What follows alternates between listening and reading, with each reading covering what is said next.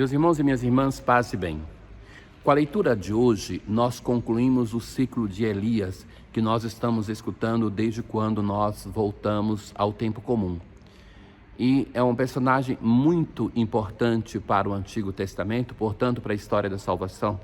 Basta lembrar que quando Jesus tem a sua transfiguração, uma das pessoas que aparece para ele naquele momento é justamente Elias com Moisés. Então, Moisés e Elias, eles são o símbolo, a síntese do Antigo Testamento. Então, quando o Senhor quis arrebatar Elias ao céu, no redemoinho, Elias e Eliseu partiram para Gilgal. E partiram os dois juntos, e com eles 50 outros profetas. Então já vem aqui uma coisa interessante, que ao final do seu período, quando vai passar a missão profética para Eliseu, já tem um grupo que está com Eliseu. Eliseu não está sozinho, coisa que Elias estava. Elias tomou então o seu manto, enrolou-o e bateu com ele nas águas que se dividiram para os dois lados. Então é a terceira vez que este episódio da divisão das águas acontece. Ele aconteceu a divisão das águas com Moisés, depois com Josué e agora então a terceira vez com Elias. Depois que passaram a pé enxuto, Elias disse a Eliseu: pede o que queres que eu te faça antes de ser arrebatado da tua presença. E Eliseu vai falar: que me seja dada uma dupla porção do teu espírito. Veja que este pedido era a herança que tinha um filho primogênito quando da morte do pai. Ele herdava 2/3 do patrimônio do pai. Então Eliseu pede para Elias de ter 2/3 da sua herança, ou seja, da sua força profética.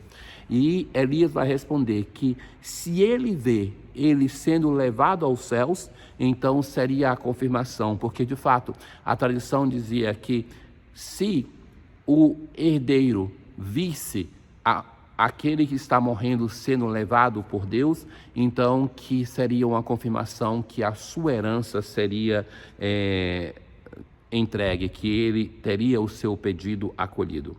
E aconteceu que enquanto andavam e conversavam, um carro de fogo e cavalos de fogo os separaram um do outro. E Elias subiu ao céu num redemoinho.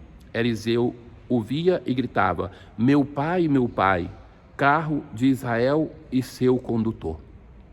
Então, Elias é aquele que nós não temos o registro da sua morte no Antigo Testamento. Também de Moisés tem uma coisa semelhante, que é, não se tem registro do seu túmulo. Então, esses dois personagens têm em comum a não experiência documentada de uma morte, de ser levado diretamente à casa de Deus. Então, depois não o viu mais. Então, para Eliseu, ver Elias que subiu ao céu era a confirmação de que ele herdaria 2/3 da força profética do espírito de Elias.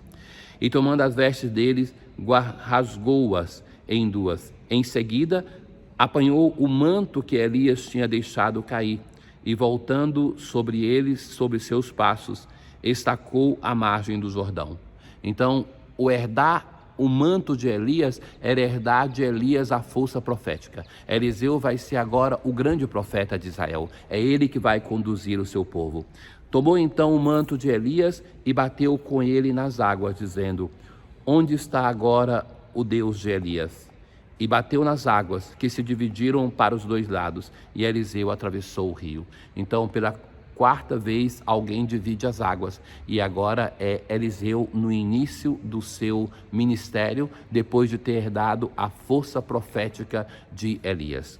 O salmo de hoje é o Salmo 30, que vai falar da recompensa para o justo. Nós vemos isso na história de Elias, recompensado pelo Senhor.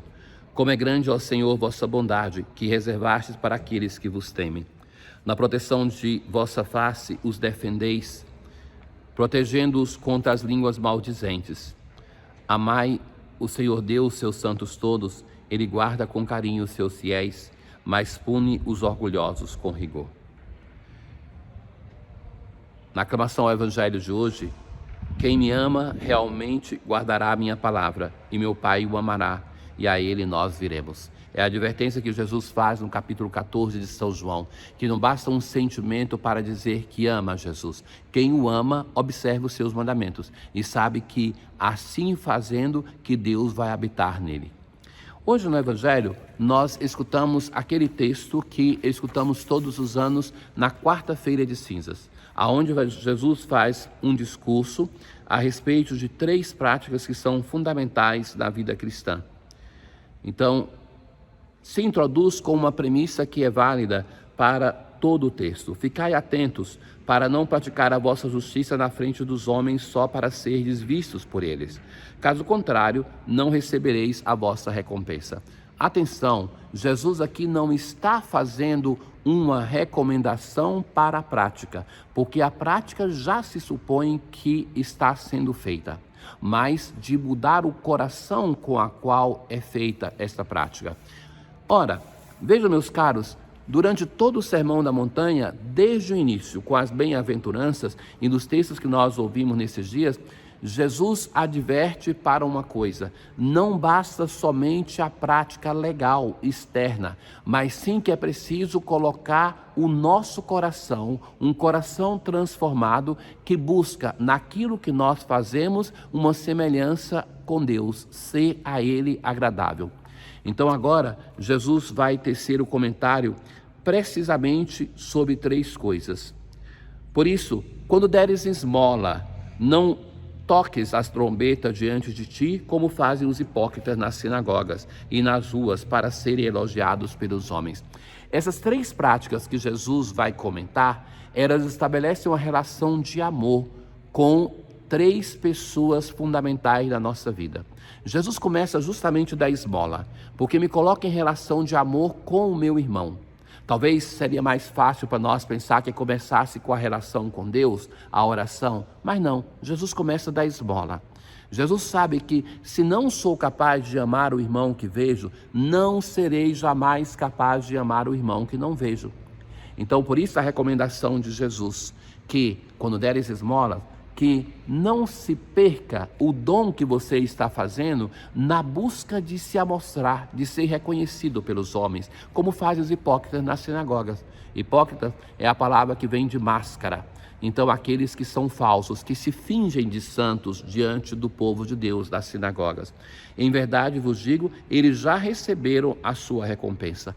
Ao contrário, quando deres esmolas, que a tua mão esquerda não saiba o que faz a tua mão direita, de modo que a tua esmola fique oculta, e o teu Pai que vê o que está oculto te dará a recompensa. Depois vem uma recomendação, quando orardes, de fazer no segredo do teu coração, não como os hipócritas que gostam de rezar em pé nas sinagogas e nas esquinas das praças para serem vistos pelos homens. E, por fim, a última recomendação, que fala da relação conosco mesmo, a respeito do jejum. Quando jejuardes, não fiqueis com o rosto triste como os hipócritas. Eles desfiguram o rosto para que os homens vejam que estão jejuando. Tu, porém, quando estás jejuando, perfuma a cabeça, lava o rosto, para que somente o Pai do céu vê o que você está fazendo. Veja, meus caros, a recomendação de Jesus, como eu dizia, não é uma recomendação que exorta pessoas que não estão fazendo, dar esmola, rezando e jejuando, que comecem a fazer. Mas pressupõe que as pessoas estejam fazendo de um modo equivocado, buscando a própria glória e não a mudança de coração e a glória de Deus.